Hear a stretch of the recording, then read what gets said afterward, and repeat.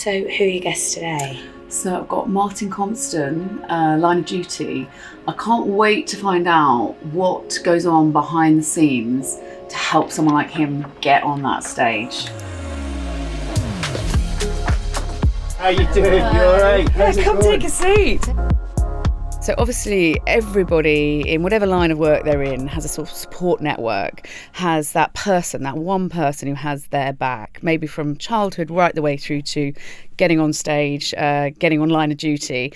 Who is that one person to you? Obviously my wife's really is an incredible support. She really has, like, to the extent sometimes I say too much, like when I know I've been a bit of a dafty, she'll still have my side, you know, she's brilliant for that. But the kind of answer to say is my mum.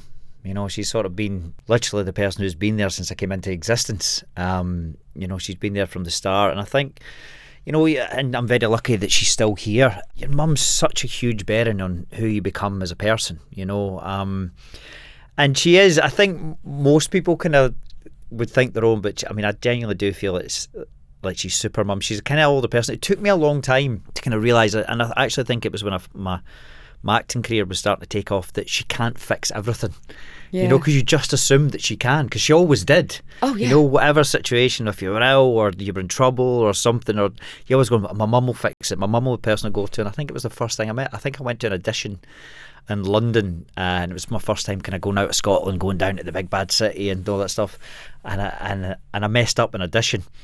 And I thought I could do that better. And I remember coming like, I was telling my mum, and I was like, surely you can fix that. And I still laugh to this day. She tried, like she was trying to call up like London casting directors to try and go get them back in, you know. But that's just how. That's the exact woman you need to have your back in an acting career. Why hasn't he got the part? Yeah, well, she was even saying just get him back in the door, and she was trying everything. And it's to this day that still makes me smile, that the fact she just went, she knew nothing. I knew nothing about that world, and she went, I'll try and fix it. How have you shown your appreciation for her in terms of what she's done to have your back? How have you maybe had her back? They might dispute it, but my I'd probably say within, we've got my brother and my dad.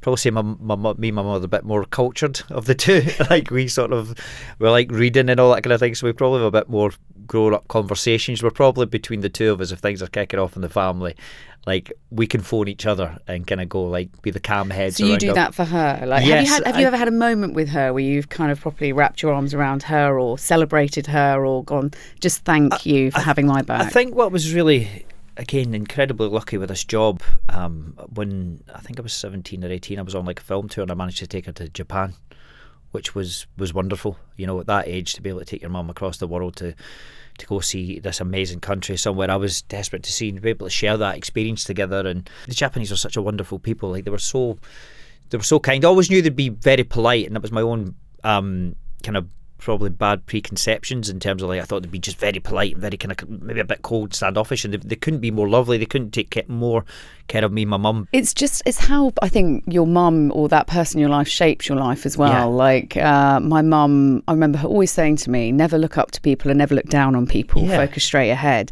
Is there a way that your mum has kind of influenced how you've tackled life, you know, having children, getting married, the big stuff?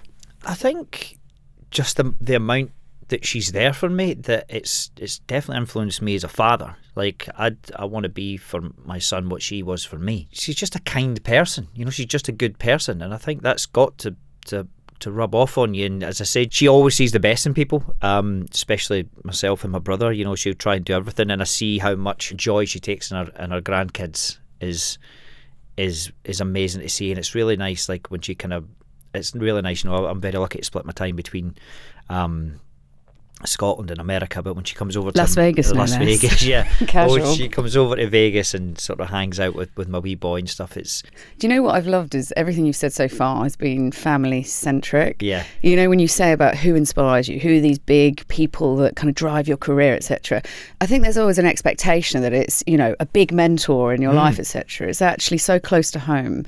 Yeah. What's the kind of best advice you've been given in life by your mum or by anybody else that has kind of catapulted you to where you are today? Well, it's funny you said that. The best advice would have been from a mentor figure. It was Ken Loach, the great Ken Loach, who what a legend. Yeah, I mean, one of Britain's and one of the world's greatest ever directors, you know. And I was very lucky that he sort of gave me this career. You know, he believed in me in my first movie, Sweet 16, and sort of everything since then is I owe to him. But he said something to me which has always stayed with me, which is that energy is something that communicates really well through screen. Now, that doesn't mean you need to be running about and shout like a madman all the time. It just means that little twinkle in your eye that you're enjoying what you're doing. Just have an enthusiasm for what you're doing. And I try and bring not just that into the parts that I'm playing, but also just in the morning when you get in the makeup truck and stuff in the morning and everybody's around, just come in with a smile on your face, come in sort of with a bit of joy, that being happy that you're going to be. It's a hard job, but people would love to be in the position we're in, and I always try and remind myself of that. Now, we've spoken a lot about some important people, from your mum to Ken. Yeah. Like, what is the one thing in your life right now that you would ensure that kind of, I suppose, means the most to you in this moment? I mean, of course, my son. It's just something changes in you when you do have a kid. You know, I think it's the first. Do you cry a lot more now? Well, I don't cry a lot more, but you can.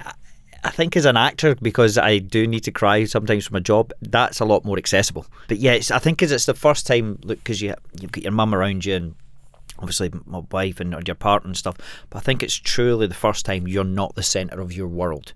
You know, that new little thing is the most important thing and will always be the most important thing in your life. So it's definitely my son. But yeah, people always come to me and talk about my smile and stuff, and I'd hate. I'd ensure your smile, you know. It's not so much even the smile. I just hate not to have a reason to smile anymore. You said the word cheeky earlier. There's mischief to be bit of mischief, yeah. uncovered. Would you ensure your mischief? That's a good one. Yeah, you know what? That's absolutely what I would ensure. I'd ensure my mischief, because we have this saying, a friend of mine, Gordon, and we call ourselves resourceful rascals. That sounds like a brilliant boy band. Yeah. Resourceful rascals. Yeah. You really got to ensure that. Yeah, that is good. But yeah, I'd ensure my mischief, because I think you've always got to have that bit of fun about you. You've got to enjoy what you're doing, you know, a bit of carry on. Or what's the point? So to ensure your mischief, your son, your mum. Yeah, and I've learned that as well. You have family members and stuff that, you know, have health issues, and it's scary and stuff. But something I kind of learned last year, when I say, like in many families, you face something, they always say there's a light at the end of the tunnel. Sometimes just being in the tunnel's enough. Yeah. Sorry. Yeah. That's it. As long as you're there, that's just make the most of that. That is so beautiful. I love that. Thank you so much, Martin. And thanks to Heart and Aviva today Thank for, you. I was going to say cracking the nut, but you were pretty open from the start. there wasn't much digging to do with you, Martin. Yeah, thank you, you pal. so much. Appreciate it. Thank you for having me.